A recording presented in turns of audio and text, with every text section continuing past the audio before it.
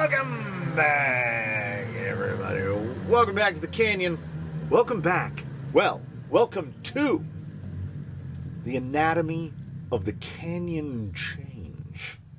The canyon change following the philosophy, the philosophy of the nacho rules. If it all sticks together, it's technically one nacho. The canyon change is the same thing. Here's what happens. It begins thusly. Someone makes a comment. Can't remember who. I can't remember when. Someone had placed a comment on the video where I did the quick view of the Mias HD44 clones.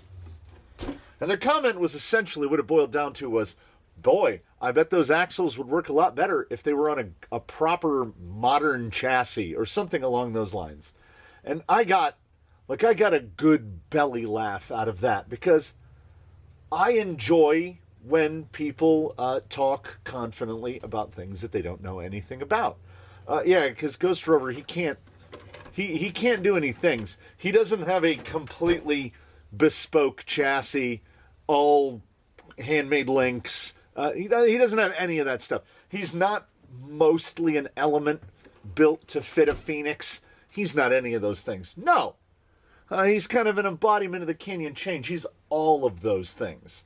So this morning I came out here. The weather is miserable. And I thought, I have got a wonderfully machined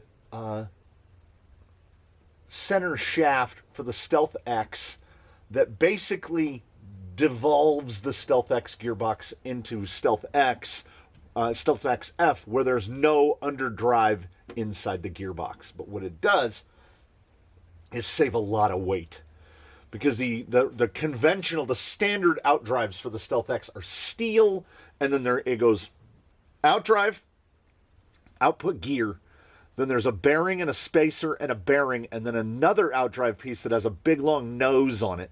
That's also steel, with another gear on that, then a middle shaft with two gears on it, finally going to the top shaft. So the Stealth X is a big long boy in order to incorporate that underdrive in there. So if you delete the underdrive with the shaft that's in here right now, it really drops the weight of the gearbox. And if we can drop sprung weight, we're going to do that, especially as he was once upon a time on Element axles, and now he are on HD44s, which are effectively AR44s that look a little fancier. So any gear that fits an AR44 fits in the axles. No one has made an underdrive overdrive option for Element axles that go into the axle. I think it's because of the teensy pinion that comes inside of an Element axle. So he's got 833 in the back, 827 in the front. Unknown provenance on the 833. I think it's an AMK, and I know for a fact that the 827 in the front is an Injora. So that's 9% and about 9%. So he was formerly on what is now the medium overdrive for Stealth X, which was 12%.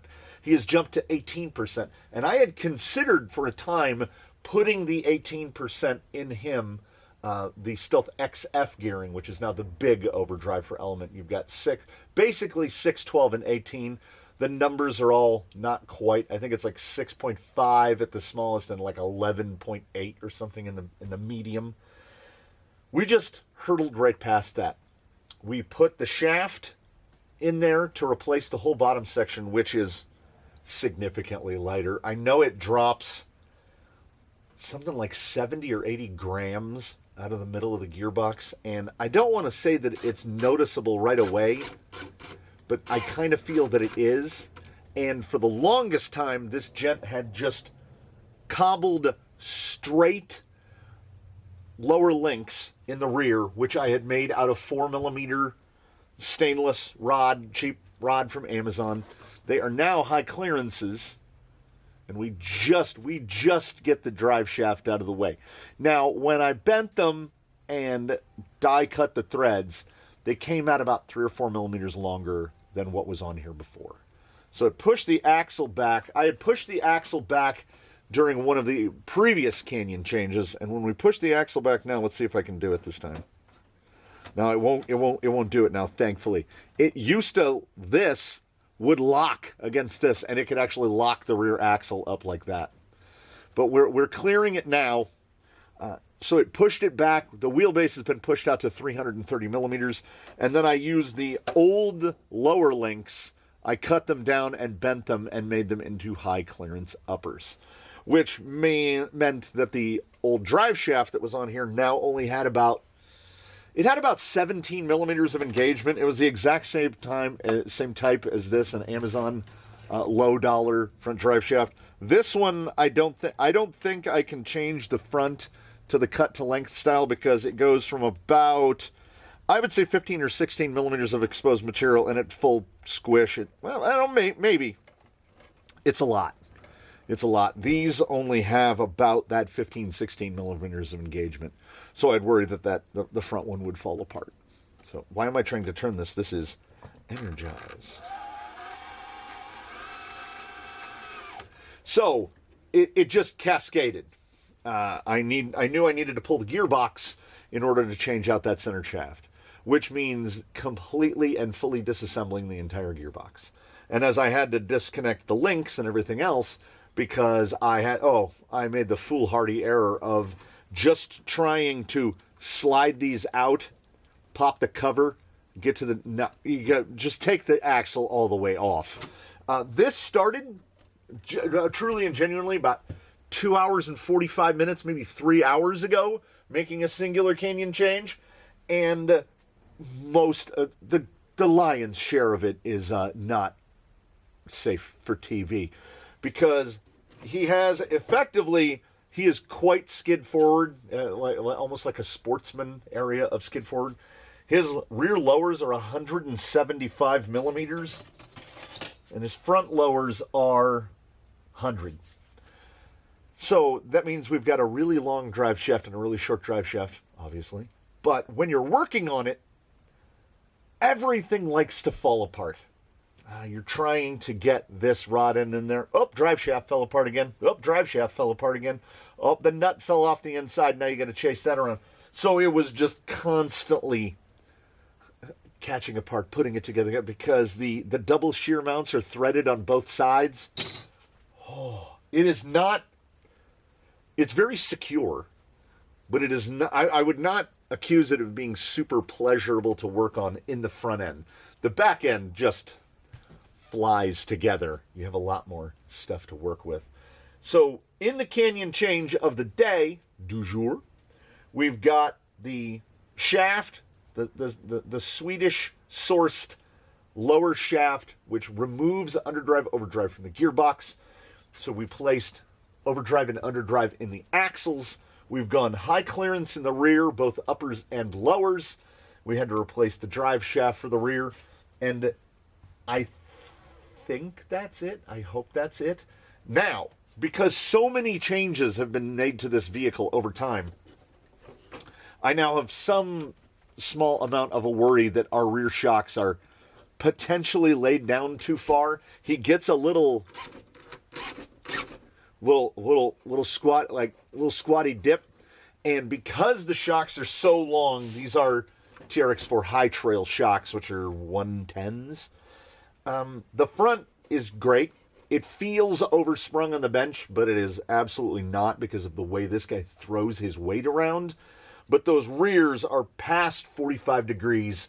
This is the heaviest spring that I have. I don't know if there's a stiffer one than blue for the high trail spring. This is the stiffest that I have. I mean, I can add a little preload, but that's just going to raise the rear end up, and I don't want to raise the rear end up. This isn't a ride height issue. This is a rate issue.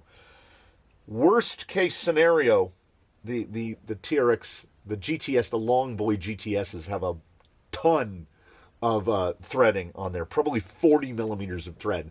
I can go up in rate. I can't even remember. I want to say they're like 3.4, 3.6, something like that. I don't even know if I have a shorter spring that is strong enough to go up a rate.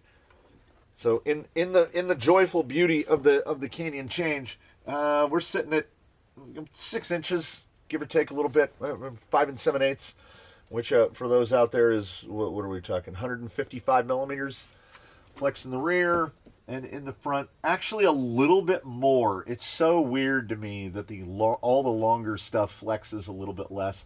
And it is because the axle, you can see right there, the axle is actually striking the frame.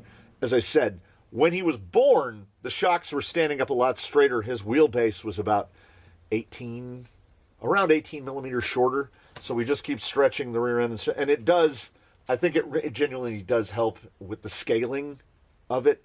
Because when he was pulled in tight for the cage, I didn't like the handling of it as much. For whatever reason, to my knowledge, circa illegal 330 millimeter wheelbase, which is, they're limited to what, 325, 323? The 330 wheelbase, I love it. Lolo is a 330. I want to say that this guy is 330. Yeah. Sporty Kinda is 330. I'm pretty sure Toothless is 330. Clank is 330. Something about 330. There's a real happy place that you land in 330. I do want to, and it's going to depend on the weather. It is definitely going to depend on the weather. I have been wanting to try these. I've been wanting to try ruptures on him. These are Yella's takeoff ruptures. And provided that the weather holds, we may indeed do that. Oh, I've got tusks. Oh, but these are on the AMKs that need a lot more break-in on them. Yeah, I have a number of sets of wheels and tires that I would love to test on him. He's done remarkably well on the holds, but how we got on the holds was someone suggested it, and I had never even thought of it. So you know what? I'm going to get the bag. It's not down there. Where's the tire bag? We're going to test some other tires on this guy, and by other tires, I mean that exact set of ruptures, which is now just sitting out of frame. And we'll see how we feel about it. I know this is going to sound both equal parts bizarre and absolutely fitting of the way we do things around here. And that was, I made a singular change in which all I did was change the drive shaft and all the rear links and move the underdrive out of the gearbox and into the axles. Someone had, I believe, if I had read the comment and I'm recalling my reading of the comment correctly, someone asked, where do I prefer gear reduction? And when I read it, I thought, my head was, where do I prefer underdrive, overdrive? And the answer is the same to both. It doesn't matter to me. I'm not a huge fan of relying, like, say, on portals. We're just going to rely, like the stock Capra gearbox has like no reduction in the gearbox, so they're relying on all the gear reduction from the portals. I want more gear reduction, and then let me volt up or gear up to accommodate. But give me a lot of gear reduction to start with. This guy runs the stock element gearing, 1887 spur and pinion, and then the ratios for the axles are effectively going to be exactly the same. Ignore the overdrive and the underdrive. It's going to be the same as an element. So he's actually geared a little high. I mean, he's actually KV'd a little high. He runs an 1800. He might potentially be better served with a 1400. He's got a little snap. Luckily, it's a Rhino, so we can go pretty slow. Did I finish the thought about how I didn't want to put these on right away because we only made one change, and I want to see the impacts of that change before I change tires, and changing tires takes like a minute. I do have to remember, though, that he is 5 millimeter axles, so he needs the big driver to get those off. Now, we're going to go out, we're going to mush about, because I feel like it. This is, of course, an installment. It would be in the thumbnail. I never looked them up to remember what it came from the Workbench series. Something in the teens is Ghost Rover, I think. Anyway, it'll be mentioned in there. I am, as per usual, cautiously optimistic. And I also could do it looks terrible, but it's functional.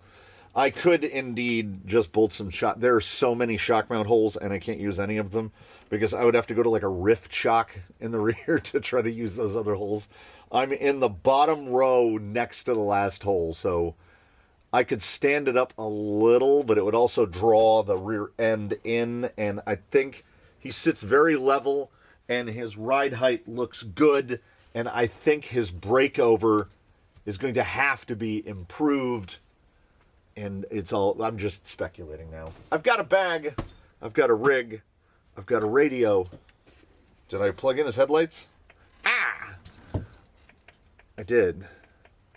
These are pretty great. Somebody on Amazon sells these, and they're just pre-wired. It replaces the whole bucket, which is kind of nice. They're like $15. I should have gotten a set when I put lights in Argentum, but you know what I didn't do? That. Instead, let's go wheel them about.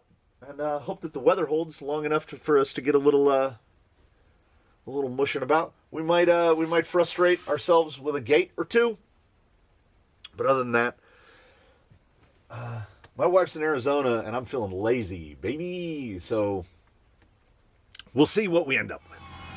I contend that inside every man is, if not a buffoon, a latent buffoon, if you will. An innate potential for buffoonery. For as I was driving back, I have my cruise control set to a fairly specific spot, and it's basically my walking pace plus put a little pep in my step, give me a little quick step. And I thought to myself, he seems faster. Yes, inner buffoon, he does seem faster. Because you just put an overdrive gear in the front axle, so he's probably, somewhere in that 8 to 9% faster range. You were previously only running underdrive, so he is faster. That is not perception. You are perceiving it, but it is not. It is actually happening. It's a thing that's happening. Good on you, inner buffoon. You picked up on that really well. But as said, the Rhino with that motor, the low speed is pretty great. I'm very little in the way of complaint about it. Can you pull? 18% is a fair.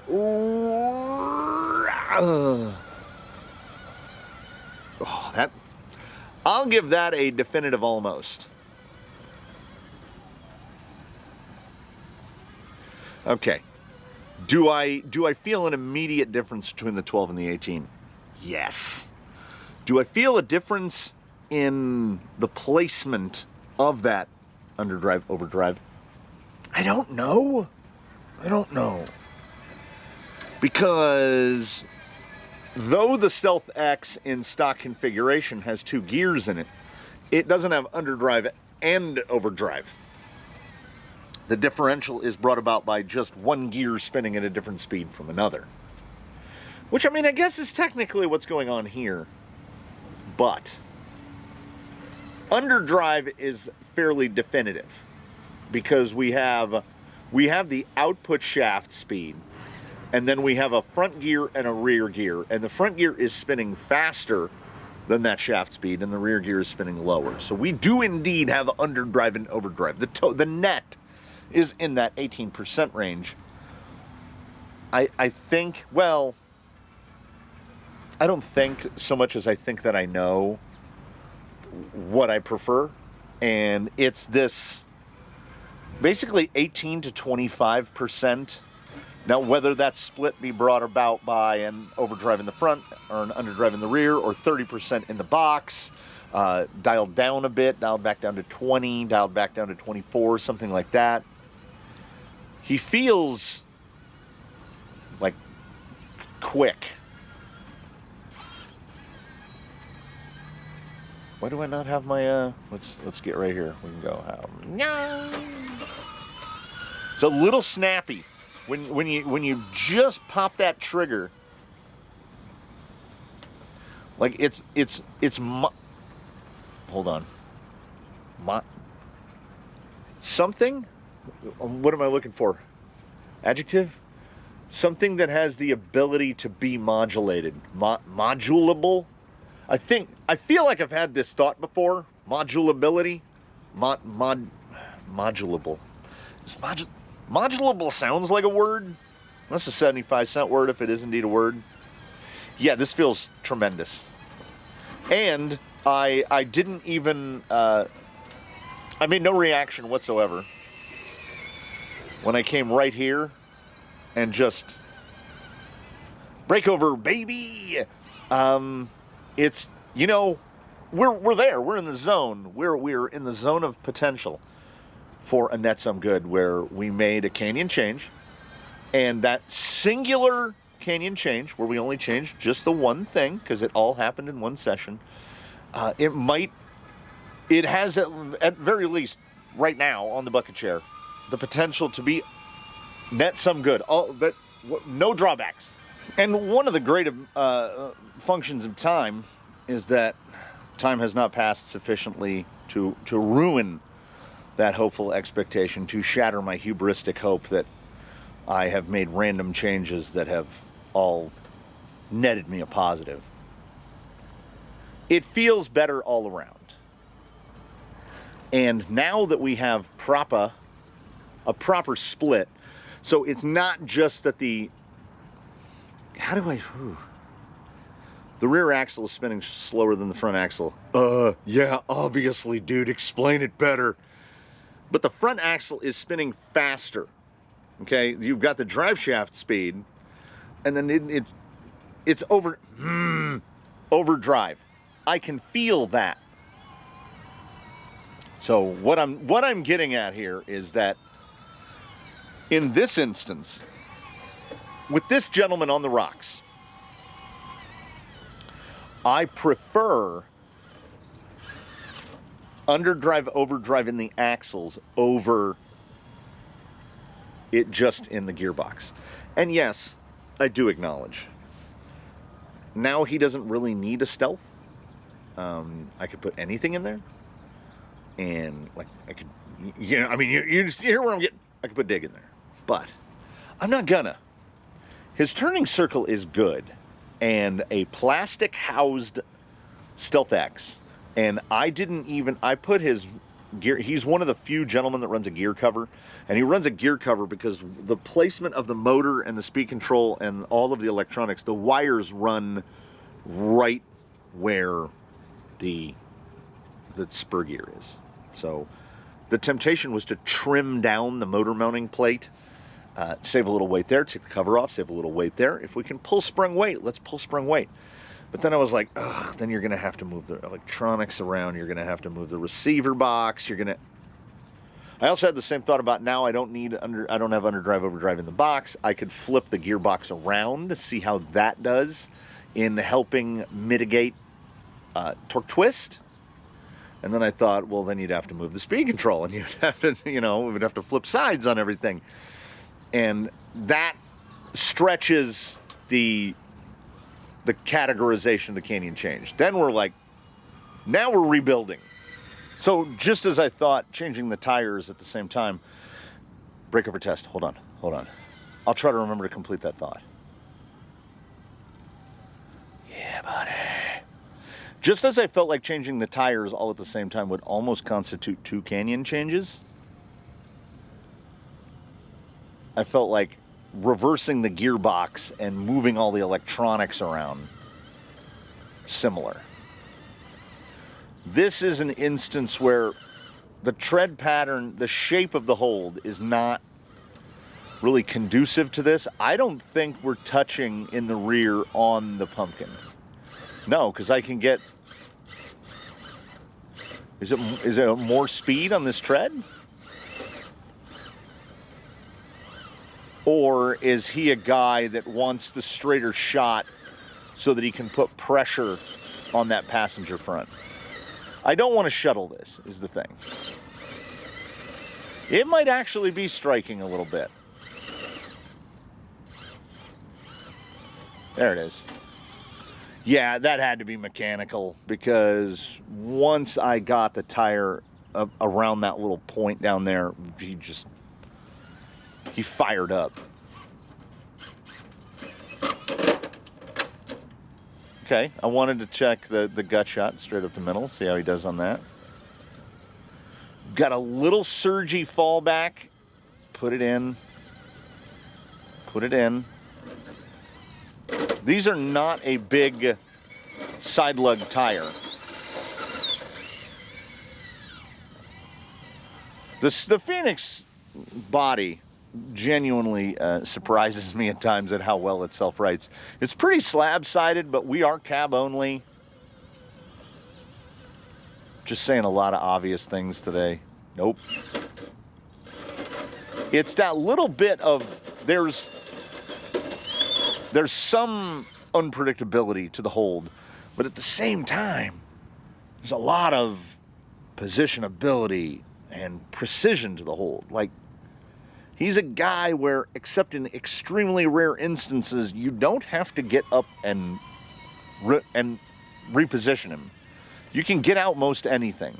See the drive here. Yeah, that was zero hesitation. It's moments like that where I'm like, why would you want to change the tires? Why would you want to change? They're doing the things 100%. Oh, we're going to transition here. We'll transition over. We'll try a little side hill.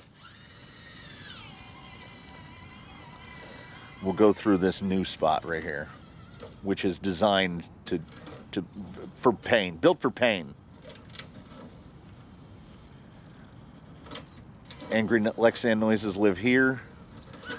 I don't know if I can attack this from back here. Oh no. Okay, we're stuck. We're absolutely stuck. I can't get out of that.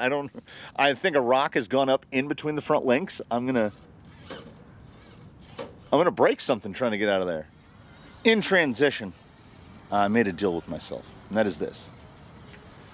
It was a time-consuming process that took all morning with the end goal of swapping out that bottom shaft.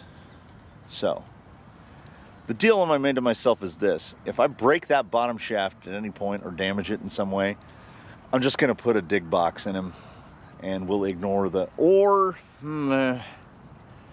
you can get some really light plastic geared boxes on Amazon. Hobby Park's got like a $20 3-gear that is like all plastic, basically. The type of thing you shouldn't be pairing to a 3542 Outrunner. So you're gonna lift that front at all? What is that? What was that little leg kicker there? That was...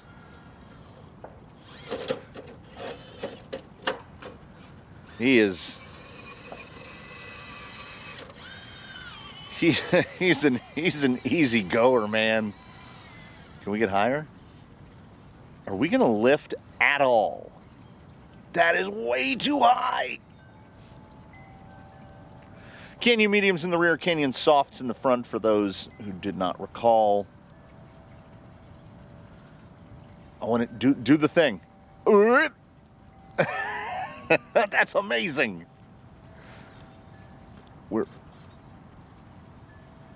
Man, is he stuck. He is stuck to the ground. He does not want to break contact with the ground at all. All right, we're going to go over to front 9. The banes of my existence are basically 5, 8, and 9. So we're going to give, you know what, potentially one shot at each. 5, 8, and 9. 5, of course, comes after 4. Oh, I just had a thought. It's amazing we're still going. When you assemble the cut-to-length drive shaft back there, I just heard squeaking, and this is what brought it into my mind. There is a set screw that holds the bottom part of the shaft in. I know for a fact I did not tighten that set screw down. So the shaft itself is D-shaped. So perhaps it doesn't have enough room to slide out and fall out. I have to operate under that assumption. Gate 5 comes after Gate 4. Gate 4, of course, being Judy. Gate 5 being Hans Booby. I am your white knight. Gate 5. Why Gate 5 is and can be a problem is you have a very small approach angle. And if you miss that approach angle, I'm hitting the skid, I think. There we go. What happens is you tend to transfer weight. Okay, I didn't. That bump right there was like a, well, I'm going to give it a try. It's not going to work. And then it worked. We've got some squeaking. Watch that top one. Don't get you. What? Oh, that's settle down in the front. That's that skid forward stuff. Okay. Oh, he's squeaky. We're not out yet. We're not out yet. Now we're out. Hans Booby, again, exact right spot, or you don't. Gate 8, then you got down here, that's 6, lovely jubbly. Gate 7, technically named Eric, but with an asterisk next to it, that's Jerry Ryan, 7 of 9. And then Gate 8, Z-Star, has become one of my most hated foes. It is just a pit of suffering, because why Z-Star is so good at being an outright momentum killer is, oh, the squeaks, is what I have done. I repositioned upper gate so it sits flatter. It used to sit at more of an angle. Get that pumpkin off. There we are. But here's what happens. The golf balls say Z-Star, that's why it's named Z-Star, and it's super appropriate because if you squint your eyes just right and turn your head just right, the orientation of the upper block and the lower block, it's kind of a Z shape. Here's what happens. You need to stay as high as you can, but the two blocks are pressing you down. And that's what happens pretty much every time. I don't even think I got most of the way into that. I don't know what's bringing all the squeaks, but we got the squeaks. So what happens is we go super high, it already falls. I can't do it. I oriented a gate in such a way that I think I've passed gate 8 2 or 3 times ever. Now, it has a very doubly-edged sword here, which is if you approach it from the other side, and the correct side is the opposite direction of which we're passing now. If you go this way, I mean, it's not easy, but now imagine the low golf ball is in position.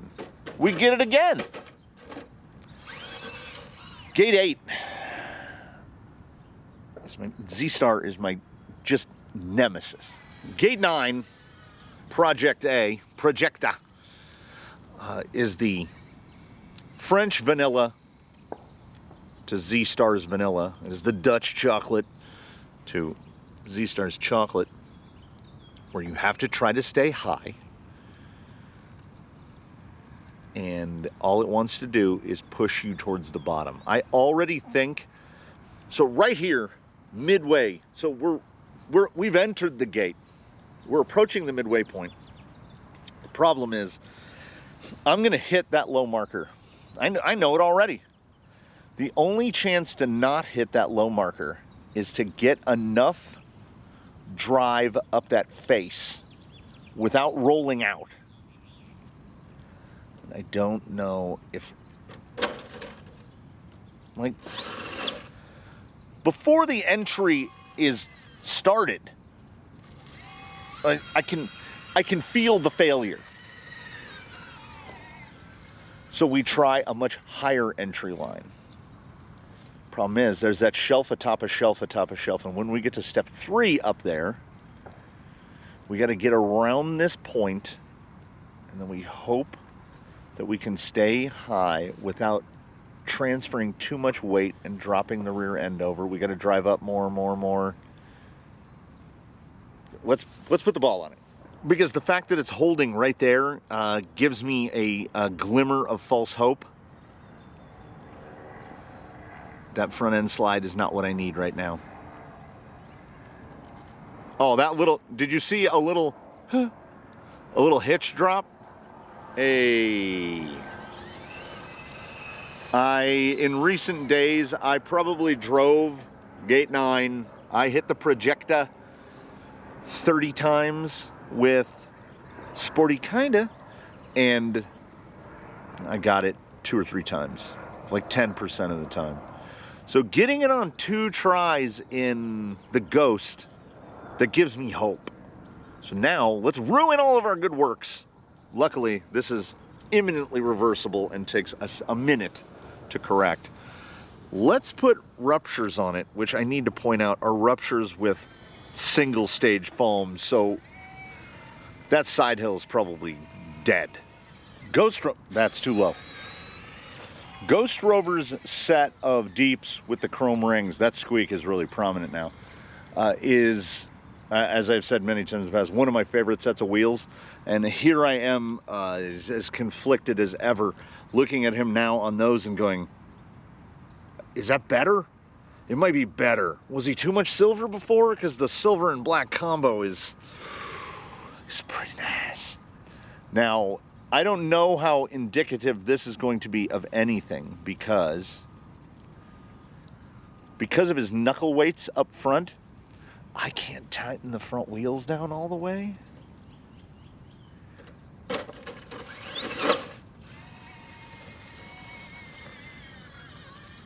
So they're flopping around a little bit. I mostly just wanted to see, based on his geometry and layout, what are we looking at when we're talking about a hold versus a rupture? And yeah, it's not super fair. The directionality is even better now, and we're comparing a tire that has a insert custom made for it, and these are just foams with front tires that aren't tightened down all the way, and he's narrower. So real quick, let me see side hill and let me see straight up. I thought it was going to be way worse. The squeak is not getting better. Has to be the rear drive shaft. It's the only, like, woo. Yeah. I said the side hill was going to be pretty much gone, and it is. We may be shimming out. We may be taking like some AMKs. Were they AMKs? Fimondas, AMKs, Globacks, whatever. The non-Injora silicones, and shimming them out to fit the rupture. Stay, stay, stay, stay, stay, stay. When we're talking about grip and slip here for the side hill, well, the foam's giving us a little bit of a slip. More slip than I would anticipate. Now we'll see right here. I think we're gonna just jack it all to the rear end, and there you go. If you wanted a better illustration of are the inserts doing the lion's share of the work on side hill, I don't think anything is more indicative than right there. So we'll end where we began, mostly to give the foams a chance to show them doing foam things. Yeah, he's pretty narrow on these. I would just take the hubs off of the other wheels and put them on these. Other wheels have silver hubs. There's definitely more compliance. He can get away with this level, this degree of narrowness. He needs some dry slide real bad. It wants to pull.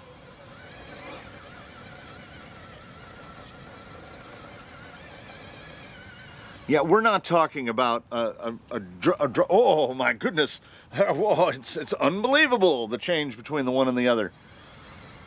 There's more drive in this, and I think the positionability goes up a little bit. I kind of like the look of it. Like, I think I like the black wheel. There's something about it. we are in net some good territory in regard to him as a whole. So I put it to you, the good viewers of the Canyon Arrows, the loyalists. What do you think about the wheels? And do you think we should endeavor into an experiment of cobbling together an insert akin to what is in the holds for these ruptures and see how it goes from there? I don't know. I'm kind of taken by the look of it. It's a tiny bit taller. It doesn't appear to make him too tippy or anything. Should only serve to improve breakover. Is that little bit, there's a rollout moment. Is that little bit of tire height just helping because our breakover was better before and it's even better still? Like, the amount of raw forward drive is not up dramatically.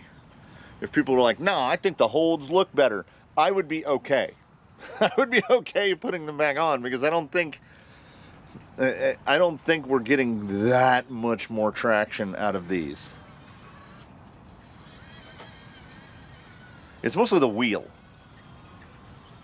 But if I have to take them apart to change the insert anyway, I could just put the holds on these wheels. I don't know. It's too many Canyon changes. It's too many choices. So instead, in its place, I opt to choose to thank you so very much for watching, for coming in for this, whatever installment of whatever volume of It Came From the Workbench this is. All I know is this. The only thing I know for certain is that when he goes back in there, I'm going to fix that rear drive shaft, and he's getting a full tilt boogie of bike aid, dry slide bike aid on all the points, and then I'll hit him in a circle on the floor, and I bet the squeakiness will be gone. I think all of the changes worked out well. He is quiet. He's got drive. He's capable. He is a good one. And every time I see the ghost or think about the ghost, much less wheel the ghost, particularly instances of wheeling the ghost, I have to double thank, man, that dude in the comments about you should put a modern chassis on it. I will laugh about that forever. Rent-free in my head. So good. So good. Speaking of good, in between now and when we meet again, I will hope that you, one and all, do your very best to have a good one, everybody. We'll catch you next time here from the Canyon. I don't know. I might just go against the grain. I'm hoping that there's a predominance of people saying, yeah, put them wheels on there. They look good. Because I can't stop looking at them wheels. Them wheels look good. Oh my God, I ordered from A-Main like 3 days ago and I forgot to order SSD hubs for him. I hate cramming that turned down socket into the wheels. Oh, I gotta... And they don't have 5mm hubs. Knockoffs on Amazon. Oh man, looks like I'm gonna have to order from A-Main again. Womp, womp, womp. Rover.